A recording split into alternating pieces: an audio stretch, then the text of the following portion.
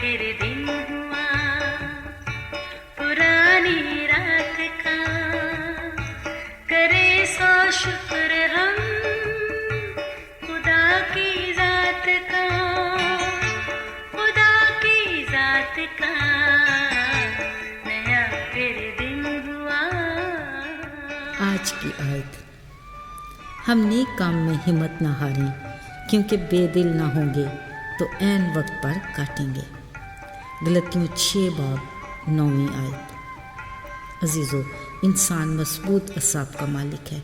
इसकी फितरत में कुछ मुनफरिद नज़र आने और कुछ नया करने का अंसर नुमाया है। इसी वजह से वो हर पल बेहतर से बेहतरीन की जस्तजू में रहता है। बिलाशुबा ये मुस्बत सोच, खुशकुन ख्याल और काबिल तारीफ़ कोशिश है। इसी तगदो में वो अक्सर बड़े और मुश्किल काम भी कर लेता है। कुछ में तो कामयाब और कुछ में नाकाम भी हो जाता है। हार जीत ज़िंदगी की दौड़ में एक साथ, मगर एक दूसरे की ज़िद है।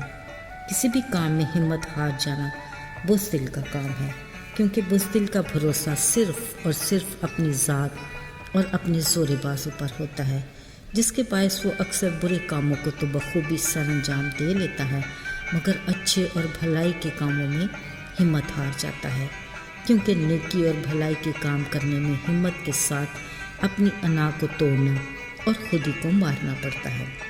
अलावा अजीम, नेकी का मुखालिफ यानी इब्लीस खुद बड़ी रुकावट है, जो इंसान में मुस्बत सोच की सलाहियत को ख़त्म कर देता है, जिसके बायस तल्ख रवैये और नारवा सलूक के बायस इंसान मायूसी, नाकामी और बेदिली का शिकार होकर हिम्मत हार जाता है।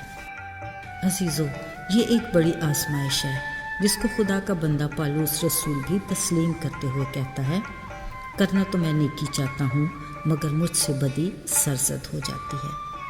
मगर तसल्ली बख्श बात यह है कि वो नेकी करने में हिम्मत नहीं हारता।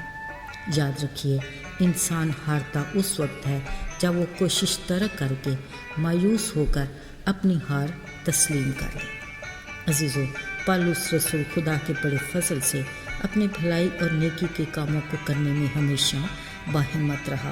वो अपने हम खिदमत और हम ईमान साथियों को हौसला देते कहता है कि नेक काम करने में कभी हिम्मत ना हारें, मनफी सोच को खुदा के नाम की कुदरत से ज़ाइल करें और ख़ुद को उसकी रफ़ाकत में मजबूत बनाएं। इसके बायस ना सिर्फ तसल्ली, इत्मीनान हासिल होगा, बल्कि ये हमारी जिस्मानी और रूहानी ज़िंदगी में बेहतरी और तरक्की का बायस होगा। अज़ीज़ों, नेकी और भलाई का अमल खुदा से निकला है और वो आपस में भी इसी रवैये की तलकीन करता है। हर ज़ी शऊर नेकी और बदी में बखूबी तमीज़ कर सकता है। बदी तो बहरहाल हर सूरत में गुनाह है, मगर नेक काम को जानते और समझने में भी ना करने वाले के लिए खुदा का यही फ़ैसला है कि जो नेकी करना जानता है पर नहीं करता, वो गुनाह करता है। इसलिए खुदावंद खुदा के हुक्म पर बदी से बचें और नेकी के दर पे रहें।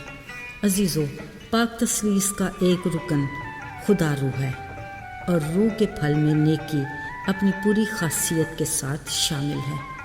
खुदा अपनी इस खूबी को भरपूर तरीके से अपने लोगों में देखना चाहता है।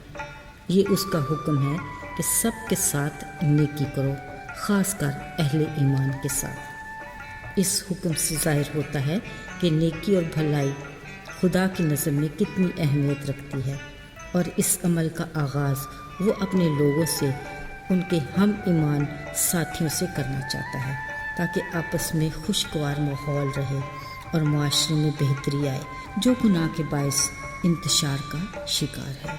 अजीज़ों, अगरचे नेकी और भलाई करना काबिल तारीफ़ अमल है जो खुदा का हुक्म है, मगर इसकी राह में बहुत सी रुकावटें हायल हैं।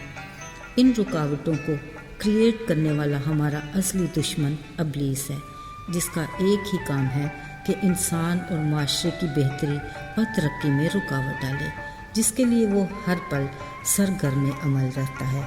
वो बड़ी चालाकी और होशियारी से ऐसे हालात पैदा करता है जिसकी वजह से नेकी करने वाला या उसे कर ही नहीं पाता या नाकाम हो जाता है। मसलन गलत फहमी, مطلب پرستی، خود غرضی، وہم، شکوک و شبہات اور اس کی مانند اور بہت سی منفی سوچیں۔ ابلیس آسمانی باپ خدا اور بنی نوع انسان کے درمیان امن صلح کو کبھی برداشت نہیں کرتا اور وہ اسی کی منصوبہ بندی میں مصروف رہتا ہے۔ عزیزو، ہمارا خدا محبت کا خدا ہے۔